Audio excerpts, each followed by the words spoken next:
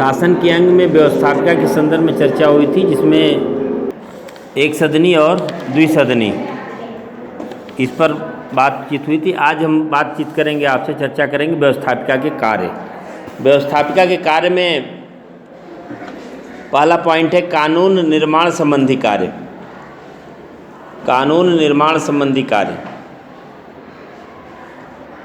सार संक्षेप में पहले भी आपसे चर्चा हो चुकी है कि व्यवस्थापिका, कार्यपालिका और न्यायपालिका शासन के या सरकार के 3 अंग हैं, जिसमें सामान्यतः आपको बताया गया था कि व्यवस्थापिका कार्य विधि का निर्माण है, कार्यपालिका का है विधि द्वारा जो व्यवस्था दी गई है उसको क्रियान्वित करने का, और न्यायपालिका कार्य है जो विधि है उसके अनुरूप कार्य नहीं हो रहा है तो उसमें सम्मिलित लोगों को दंडित करने का।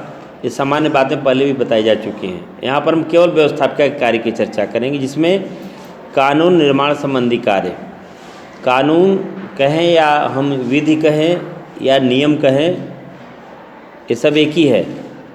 और सबसे महत्वपूर्ण कार्य विधि का निर्माण करना व्यवस्थापिका के सबसे महत्वपूर्ण कार्यों में से है। हम आप इस बात को खूब अच्छी तरह समझते हैं कि अगर हमें कहीं जाना है तो रास्ता चाहिए, बिना रास्ते के हम कैसे जाएंगे। व्यवस्थापिका इसी तरह से है, किसी भी लक्ष्य को प्राप्त करने के लिए एक मार्ग का निर्माण करना, एक रास्ता बताना, एक नियम बनाना।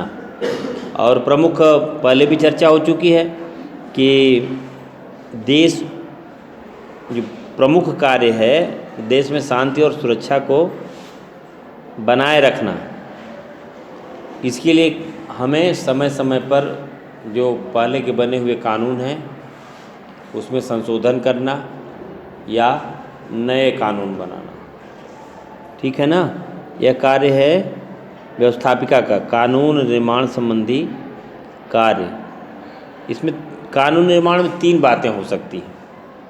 एक तो नया कानून, पॉइंट नोट कर सकते हैं उसमें, नंबर 1 में ही नंबर 1, नंबर 2 और नंबर 3 कि कानून निर्माण संबंधी कार्य में नंबर 1 में नया कानून बनाना और नंबर 2 में पुराने कानूनों को समाप्त करना और नंबर 3 में वर्तमान कानून में संशोधन करना। कानून बनाने का जो प्रक्रिया है, जो तौर तरीका है, वह 3 तरह का हो सकता है। नंबर 1 में नए कानून बनाना, नंबर 2 में पुराने कानून को समाप्त करना और नंबर 3 में वर्तमान कानून में संशोधन करना। वर्तमान कानून में संशोधन करना, ये 3 कार्य कानून निर्माण संबंधित हैं। जब भी हम कानून की बात करते हैं, नियम की बात करते हैं, विधि की बात करते हैं, तो उसमें यह 3 ही परिस्थितियाँ आएंगी। एक परिस्थिति आएगी कि कोई नई चीज़ आ गई है तो उसमें हम नया कानून बनाएं। एक दूसरी बात आएगी कि जो कानून है, अब इस कानून की कोई ज़रूरत नहीं है, इस कानून को समाप्त कर दिया जाना चाहिए। तीसरा आएगा कि जो कानून चल रहा है, अब उस कानून की जो स्थिति है वर्तमान परिस्थिति के अनुकूल नहीं है, इसमें संशोधन किया जाना चाहिए। आप जानते भी हैं, समझते भी हैं कि इसी वजह से हमारा जो भारतीय संविधान है, भारतीय दृष्टिकोण से देखें तो भारतीय संविधान में अब तक बहुत सारे संशोधन हो चुके हैं। जिस समय हमारा भारतीय संविधान बना था उस समय इन संशोधनों की ज़रूरत नहीं थी और आगे भी भारतीय संविधान में संशोधन होते रहेंगे। परिस्थितियों के हिसाब से निर्णय लेना उचित होता है, जैसी परिस्थितियाँ। इस प्रकार से कानून निर्माण में यह जो 3 परिस्थितियाँ हैं, कानून निर्माण संबंधी यह 3 परिस्थितियाँ अमूमन बनती ही है। जैसे नया कानून बनाया जाए या पुराने कानून को समाप्त कर दिया जाए, या जो कानून बना हुआ है, जो विधि बनी हुई है, उसमें संशोधन किया जाए, परिवर्तन किया जाए, परिवर्धन किया जाए, बदलाव किया जाए, यह चीज़ें होती हैं। नंबर 2 में राजस्व पर नियंत्रण, व्यवस्थापिका के ही कार्य में है राजस्व पर नियंत्रण। राजस्व, जब भी राजस्व की बात आती है तो उसमें 2 चीज़ें आती हैं। राजस्व की बात आती है तो उसमें 2 बातें आती हैं, एक आय और दूसरा व्यय। इसमें नोट कर सकते हैं आप। राजस्व पर नियंत्रण में आय और व्यय, राजस्व का नियंत्रण का अभिप्राय यही है। आय और व्यय, कहीं भी बजट में भी जब बात होती है तो उसमें सीधी सी बात आती है, पैसा कहाँ से आएगा और पैसा कहाँ जाएगा। अगर पैसा कहीं न जाना हो, पैसा कहीं न जाना हो तो इन स्थितियों में हम ये कह सकते हैं कि आने की क्या ज़रूरत है। अगर हमें यहाँ से नहीं जाना हो तो यहाँ आने की क्या ज़रूरत है, कोई ज़रूरत है नहीं। इसीलिए पैसे के साथ भी यही बात है। अगर पैसे की ज़रूरत क्यों है, क्योंकि पैसे को व्यय होना है, रखना नहीं है। पैसे को क्या करना है, व्यय होना है, इसलिए उसकी ज़रूरत है। अगर पैसे को केवल रखना है तो उसकी कोई उपयोगिता नहीं है। उपयोगिता नहीं है। इस प्रकार से राजस्व की जब भी बात आती है तो उसमें दो चीज़ें आती हैं, एक आय और दूसरा व्यय। कहाँ से हम आमदनी करेंगे और कहाँ इसको खर्च करेंगे, ठीक है, ये चीज़ें तय होती हैं। और राजस्व में अपरा जैसे बात आती, टैक्स की बात आती, कर की बात आती है, किस प्रकार से हम कर संग्रह करेंगे। जिसे इसमें बहुत सी चर्चा है जीएसटी का। किसकी चर्चा है, जीएसटी का। कई करों को मिला करके कर बनाया गया है। अभी हालांकि इसके अलावा भी और सारे कर हैं, लेकिन इसमें बहुत से करों को आपस में मिला दिया गया है ताकि व्यापारियों को सहूलियत हो। हालांकि अभी उसमें चूँकि नया कानून बना है, हिंदुस्तान अपने आप में अनोखा देश है, अलग अलग संस्कृतियां हैं, अलग अलग बोली भाषा है, सब कुछ अलग अलग है।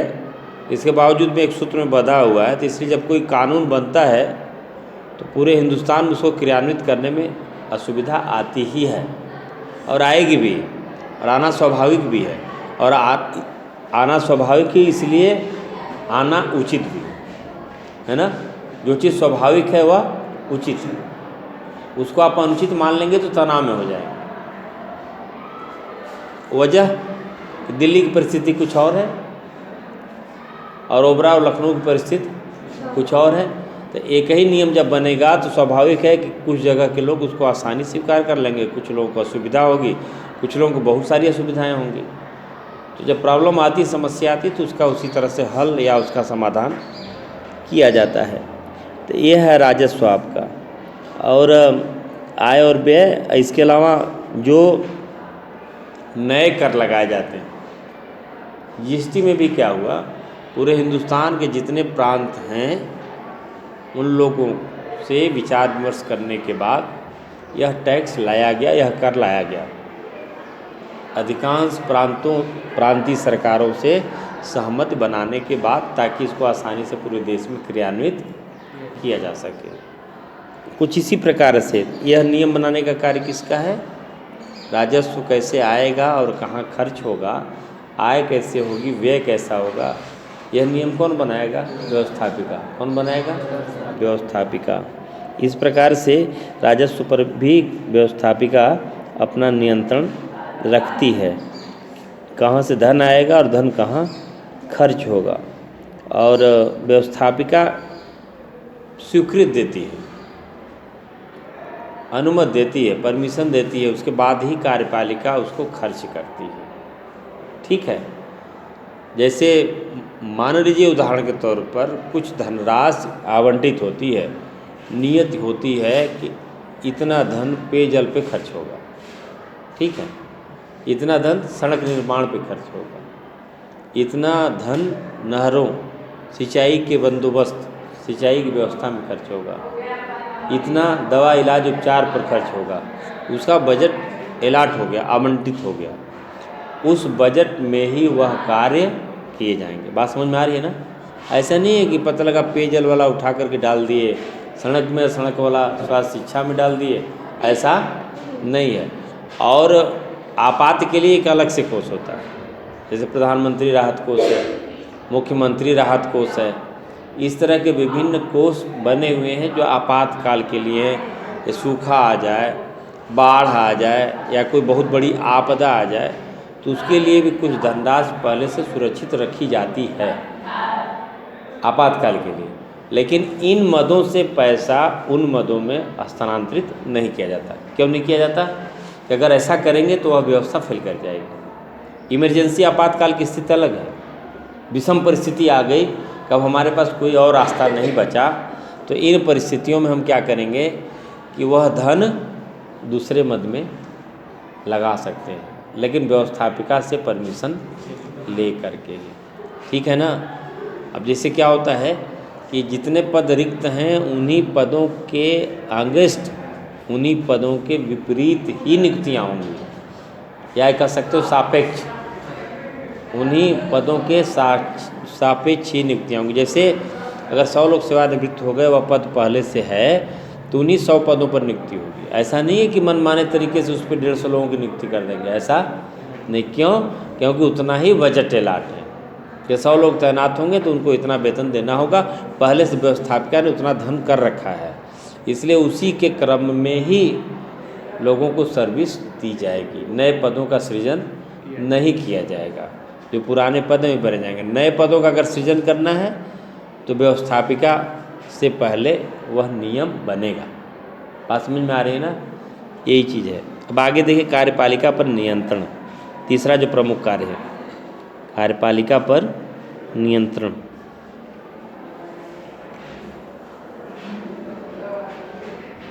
ठीक है, अब कैसे नियंत्रण रखते हैं इसको देखिए। इसमें भी 3 बातें आप लिख लीजिए। कार्यपालिका पर व्यवस्थापिका कैसे नियंत्रण रखती है। नंबर 1, प्रश्न पूछने, प्रश्न पूछकर, ठीक है ना? प्रश्न पूछकर। दूसरा है काम रोको प्रस्ताव लाकर, काम रोको प्रस्ताव रखकर या लाकर, जिसको हम निंदा प्रस्ताव भी कह सकते हैं। ठीक है, निंदा प्रस्ताव।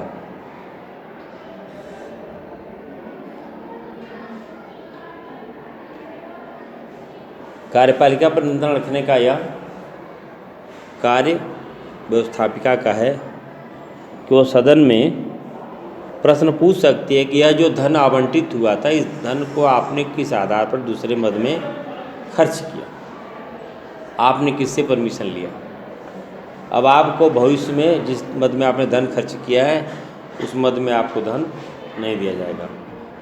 ऑडिट होती है, ऑडिट के लिए एक अलग से डिपार्टमेंट बना हुआ है। कौन सा धन कहाँ से आया, कहाँ खर्चा हुआ, उसका सूक्ष्मता से निरीक्षण किया जाता है। इसमें जो सबसे महत्वपूर्ण पद है, कौन सा महत्वपूर्ण पद है ऑडिट में? ऑडिट बताइए।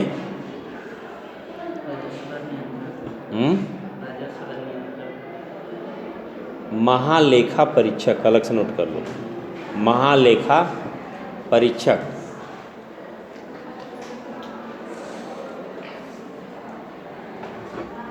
ऑडिट के क्षेत्र में भारतवर्ष का सबसे बड़ा पद है महालेखा परीक्षक।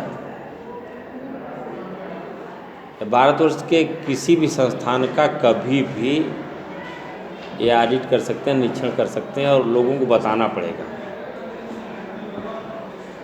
इवन सेना इत्यादि में भी जो खर्च होते हैं उन सब का पूरा विवरण, जो सरकार से धन आवंटित हुआ उस धन का उपयोग ठीक से हुआ या नहीं हुआ। और ऑडिट में केवल रुपए पैसे की ऑडिट नहीं होती।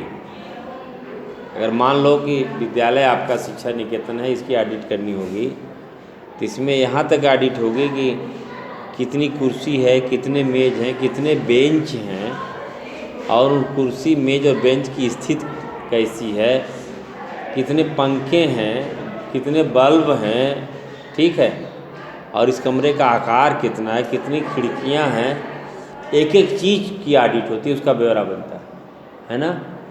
और जो उपयोगी चीज़ें हैं जैसे कुर्सी है, मेज है, बेंच है, इस पर नंबरिंग होनी चाहिए।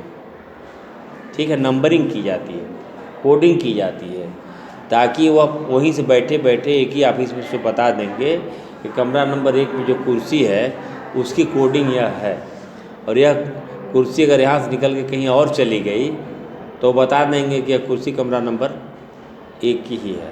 फिर जब दूसरे साल आएंगे तो फिर वो उन नंबरों के हिसाब से फिर चेक करेंगे वो, आखिरकार इस नंबर की कुर्सी जो होती है वो कहाँ है, और सबसे मांगा जाएगा हिसाब।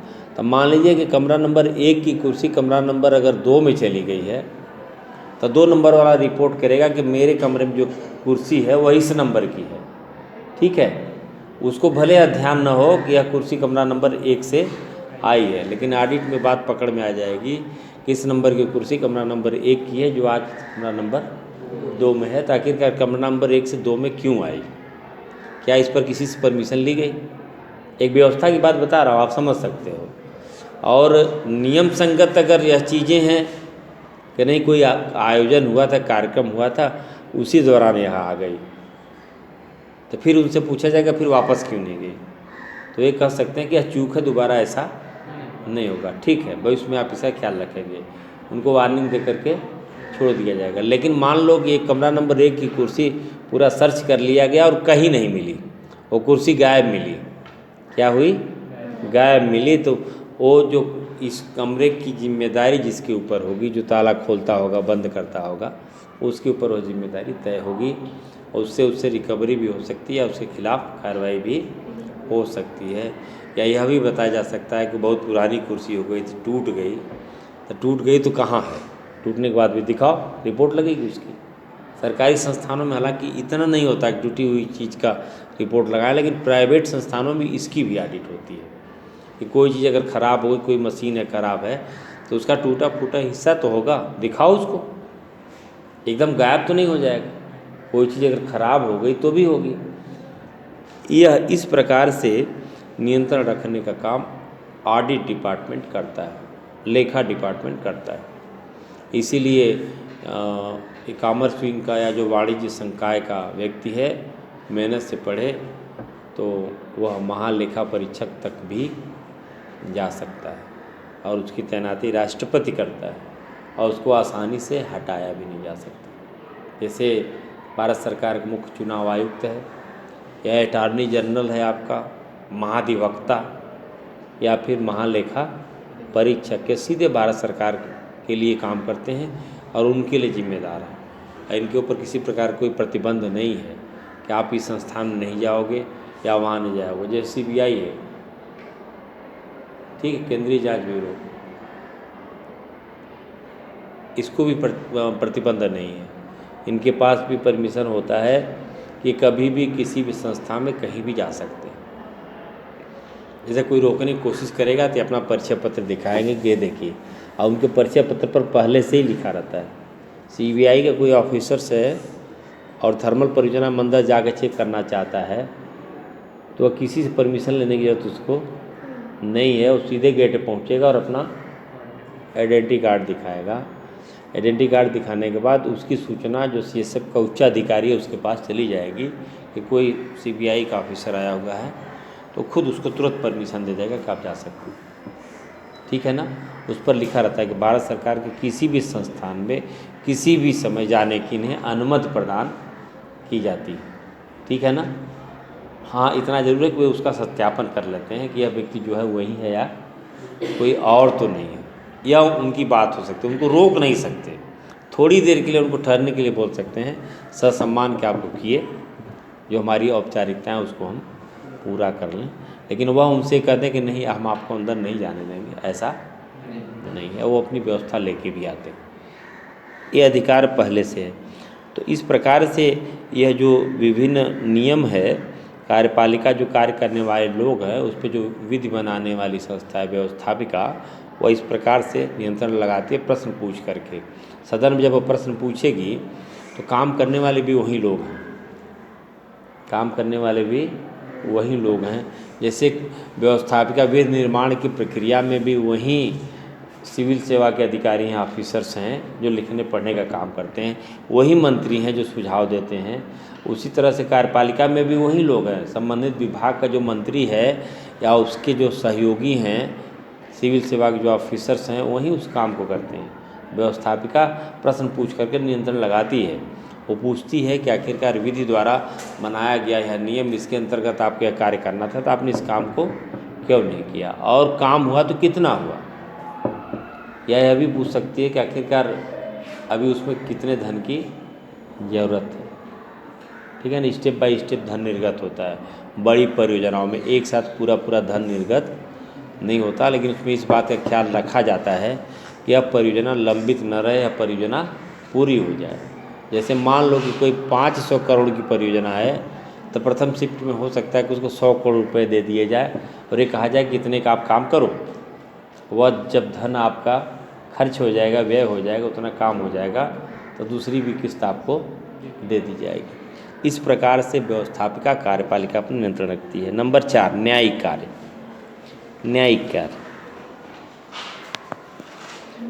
अच्छा, यहाँ जितनी भी बातों की चर्चा हो रही है उसमें अंतर्राष्ट्रीय स्तर को ख्याल में रख करके किया जाता है। अंतर्राष्ट्रीय स्तर को, जैसे इसमें व्यवस्थापिका की बात हो रही तो अंतर्राष्ट्रीय स्तर पर व्यवस्थापिका किस तरह से कार्य करती है, उन सब चीज़ों की चर्चा की जाती है। न्यायिक कार्य में जैसे एक उदाहरण है, आप लिख सकते हैं इंग्लैंड का।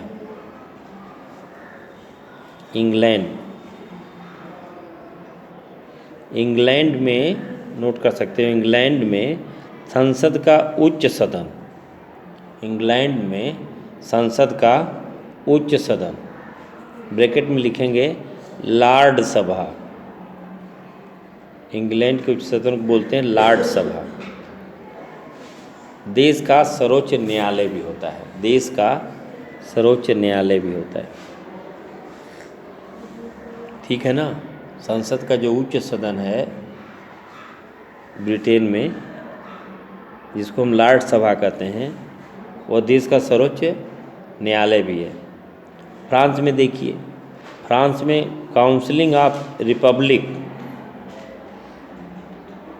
फ्रांस में काउंसिलिंग ऑफ रिपब्लिक न्यायालय का कार्य करती है।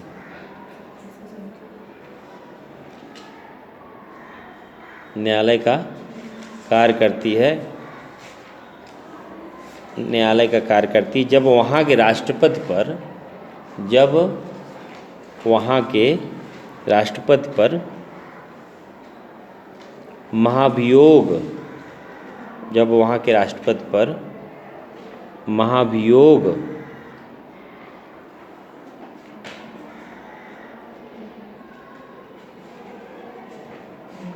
अथवा किसी मंत्री पर गंभीर अभियोग लगाया जाता है।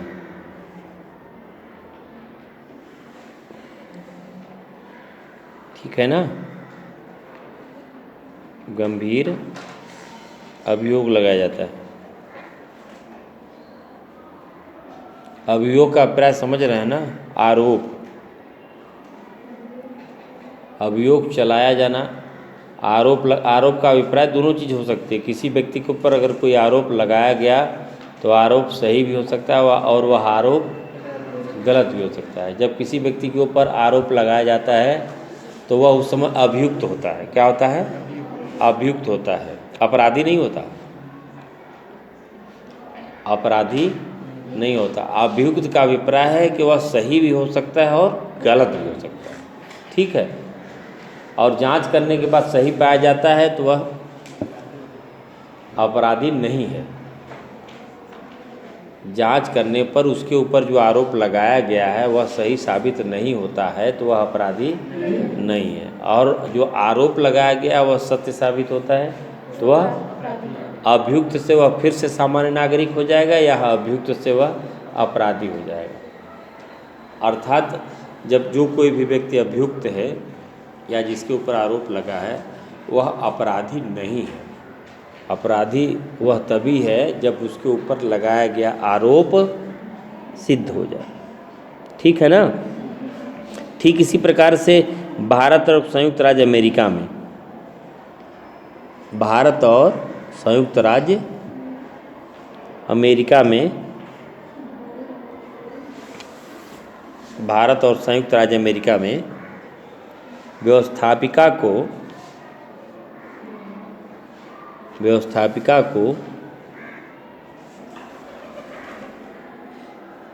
राष्ट्रपति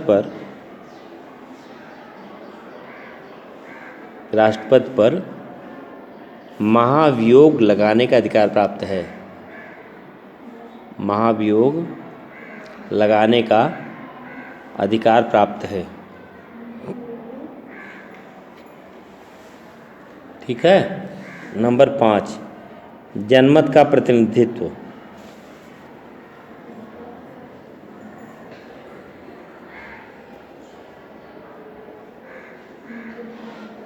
जनमत का प्रतिनिधित्व ये 5वां कार्य है व्यवस्थापिका का।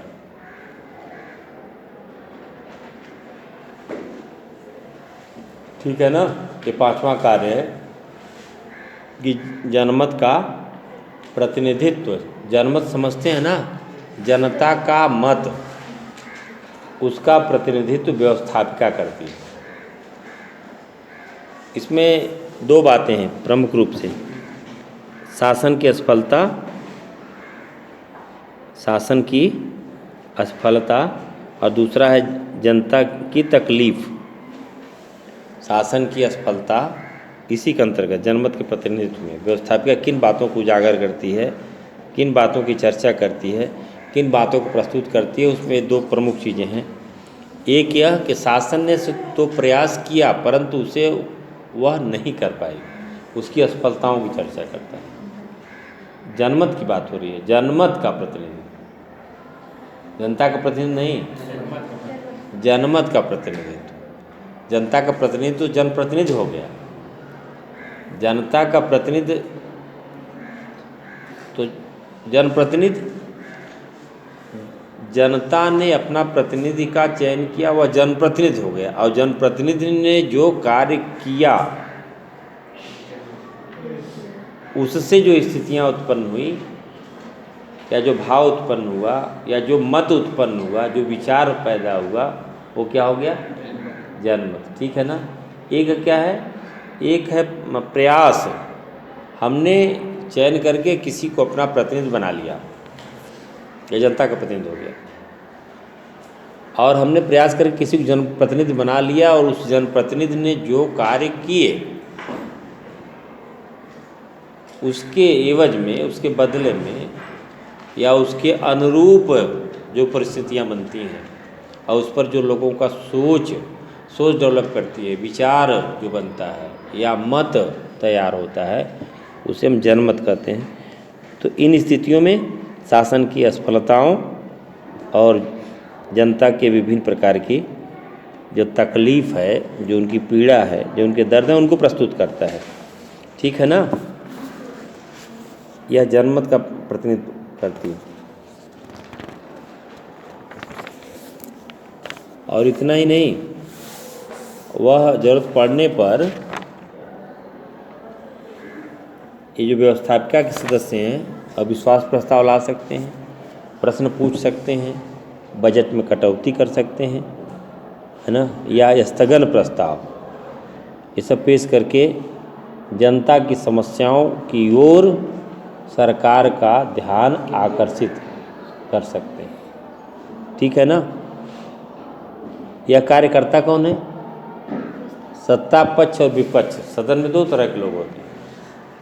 हालांकि यह कार्य सत्ता पक्ष भी कर सकता है और विपक्ष भी कर सकता है, परंतु जिसकी सरकार है वह अपनी आलोचना खुद करने से बचता है। ठीक, करे अच्छी बात है, खराब बात नहीं। हमने कोशिश की, हम इस कार्य को नहीं कर पाए, फिर हम इसको प्रयास करेंगे। अमूमन क्या होता है, इस कार्य को बखूबी विपक्ष करता है। ठीक है ना, विपक्ष करता है, विपक्ष को करना भी चाहिए। ठीक है। इसमें एक विचारक हैं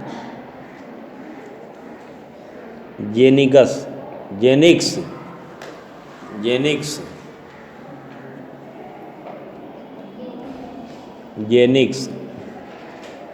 इनका कथन है संसद का सबसे महत्वपूर्ण भाग, संसद का सबसे महत्वपूर्ण भाग विरोधी पक्ष है। संसद का सबसे महत्वपूर्ण भाग विरोधी पक्ष है। ठीक है ना। जेनिक्स महोदय कहते हैं कि संसद का जो सबसे महत्वपूर्ण भाग है क्या है, इन्होंने विरोधी पक्ष को ही महत्वपूर्ण बताया। क्यों बताया? क्यों बताया? क्योंकि ये सरकार के कार्यों की आलोचना करता है और सरकार के द्वारा किए गए कार्यों की समालोचना करता है, आलोचना करता है, समीक्षा करता है। एक तरह से हम कह सकते हैं कि एक आवश्यक नियंत्रण भी रखता है। वो कुछ नहीं करेगा तो शोरगुली मचाएगा कि आपके द्वारा यह गलत कार्य किया जा रहा है। तो इसलिए उसको कहा गया कि यह जो महत्वपूर्ण भाग है विरोधी पक्ष है। और जरूरी भी है, विरोधी अगर सशक्त नहीं रहेंगे तो सत्ता पक्ष के लोग हो सकता है कि गड़बड़ करें, है ना। जैसे कोई व्यक्ति कार्य कर रहा है तो उसे कुछ आलोचक होते हैं, क्या करते, अपना खाते पीते अपना समय लगाते और पीछे पीछे उसकी पूरी आलोचना करते।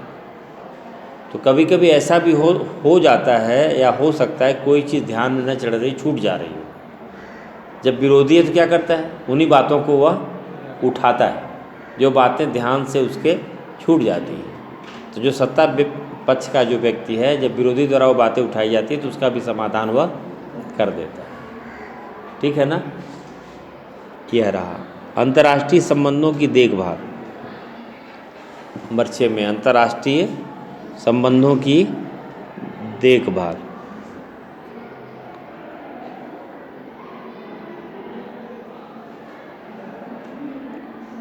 अंतर्राष्ट्रीय संबंध के लिए दो चीज़ें महत्वपूर्ण होती हैं। जैसे अंतर्राष्ट्रीय स्तर पे जो देश हैं, जो राज्य हैं, उनके साथ हमारे संबंध कैसे रहें। इसमें युद्ध अथवा संधि, युद्ध या संधि लिख सकते हैं आप। अंतर्राष्ट्रीय संबंध में इन दोनों चीज़ों का अत्यधिक महत्व होता है। और ये जो लोकतांत्रिक देश हैं, प्रजातांत्रिक देश हैं, संसार में इस समय अधिकांश देशों की व्यवस्था लोकतंत्रात्मक है, प्रजातंत्रात्मक है। ठीक है ना। डेमोक्रेसी को ही अत्यधिक पूरे संसार में इस समय महत्व मिला हुआ है, वह वाजिब भी है। इसलिए इसमें बात आती है युद्ध और संधि। कोई राष्ट्र या कोई देश या कोई राज्य किसी से युद्ध करता है तो व्यवस्थापिका ही उस पर नियंत्रण करती है कि आखिरकार यह होना चाहिए या नहीं होना चाहिए। और जो संधि हैं, जो आपस में संधियां होती हैं, हम एक दूसरे का सहयोग करेंगे प्रमुख इन बिंदुओं पर, तो यह भी व्यवस्थापिका की मर्जी से ही होते हैं। वह विधि के अनुरूप ही होता है, विधि के विपरीत नहीं, विधि के अनुरूप ही होता है। निर्वाचन संबंधी कार्य। निर्वाचन संबंधी कार्य।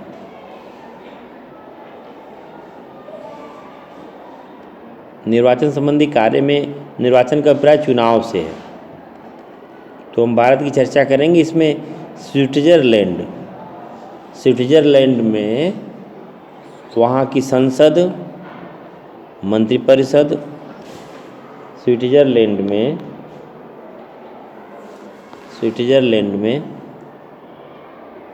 वहाँ की संसद, मंत्रिपरिषद, न्यायाधीशों, चांसलरों, न्यायाधीशों, चांसलरों और प्रधान सेनापति का चुनाव करती हैं। और प्रधान सेनापति का चुनाव करती हैं। भारत में भी संसद के निर्वाचित सदस्य, संसद के निर्वाचित सदस्य और राज्यों की विधानसभाओं के और राज्यों की विधानसभाओं के निर्वाचित सदस्य, विधानसभाओं के निर्वाचित सदस्य राष्ट्रपति के निर्वाचन में भाग लेते हैं, प्रतिभाग करते हैं या भाग लेते हैं या शामिल होते हैं। ठीक है ना। यह निर्वाचन संबंधी कार्यों में भी व्यवस्थापिका हिस्सा लेती है। ठीक है। जैसे स्विट्ज़रलैंड में चर्चा हुई अभी कि स्विट्ज़रलैंड में संसद व मंत्रिपरिषद न्यायाधीशों और चांसलरों और प्रधान सेनापति का चुनाव तक करती है। ठीक है ना। भारत में ये जो सांसद हैं या फिर जो विधानसभाओं के जो निर्वाचित सदस्य हैं, ये राष्ट्रपति का निर्वाचन करते हैं, उस मतदान में हिस्सा लेते हैं। या हम ये कह सकते हैं कि यह उनके वोटर हैं या मतदाता हैं। जैसे राष्ट्रपति के चुनाव में मतदाता की जब योग्यता की बात होगी, मतदाता की योग्यता आम चुनाव के लिए अलग है, और ये जो विशेष चुनाव है जैसे राष्ट्रपति है, इनके लिए योग्यता अलग है। वह आम चुनाव नहीं है, व्यवस्थापिका उसमें हिस्सा लेती है। आम चुनाव में व्यवस्थापिका हिस्सा नहीं लेती। आम चुनाव में आम मतदाता, इसीलिए आम चुनाव कहा गया उसको, है ना। उसमें इसमें आम और उसमें खास एक तरह से कह सकते हैं कि जो सांसद हैं या विधानसभाओं के जो सदस्य हैं, वे निर्वाचन में हिस्सा लेते हैं। अगला है संविधान संशोधन का कार्य।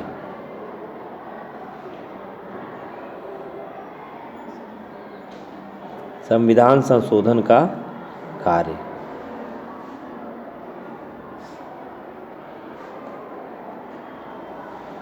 विचारक हैं एक होमलेन।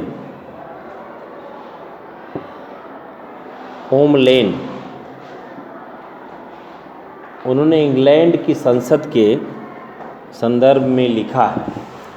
होमलेन ने इंग्लैंड की संसद के संदर्भ में लिखा है, ब्रिटिश संसद, इन्वर्टेड कामा में, ब्रिटिश संसद सब कुछ कर सकती है। ब्रिटिश संसद सब कुछ कर सकती है, सब कुछ कर सकती है। केवल वह पुरुष को स्त्री, केवल वह पुरुष को स्त्री और स्त्री को पुरुष नहीं बना सकती है। ब्रिटिश संसद सब कुछ कर सकती है, केवल वह पुरुष को स्त्री और स्त्री को पुरुष नहीं बना सकती, नहीं बना सकती। एक और है, 9वां पॉइंट है इसमें, राज्य नीति का निर्धारण। राज्य नीति का निर्धारण व्यवस्थापिका का यह भी प्रमुख कार्य है कि जो नीतियां हैं वह उसका निर्धारण व्यवस्थापिका ही करती है। यह नीति के तहत ही आप लोगों ने देखा कि योजना आयोग का काम भी था, नीति बनाना था ना। उसमें और सुधार करके योजना आयोग को अब क्या बना दिया गया, नीति आयोग बना दिया गया। तो यह व्यवस्थापिका का कार्य ही है कि वह नीति बनाए और नीति निर्धारण करने का कार्य करे, और इसके साथ ही सरकार के सम्मुख एक ठोस कार्यक्रम का मतलब समझ रहे हैं ना, पहले से नियत हो, निर्धारित हो, तय हो ऐसा कार्यक्रम नहीं जिसका कोई अता पता नहीं, ठोस कार्यक्रम, ठीक है, नियत निर्धारित। तो ये चीज़ें होती हैं। सरकार के सम्मुख एक ठोस कार्यक्रम प्रस्तुत करना है, ठीक है ना। आज ये व्यवस्थापिका के जो प्रमुख कार्य हैं इस पर चर्चा होगी।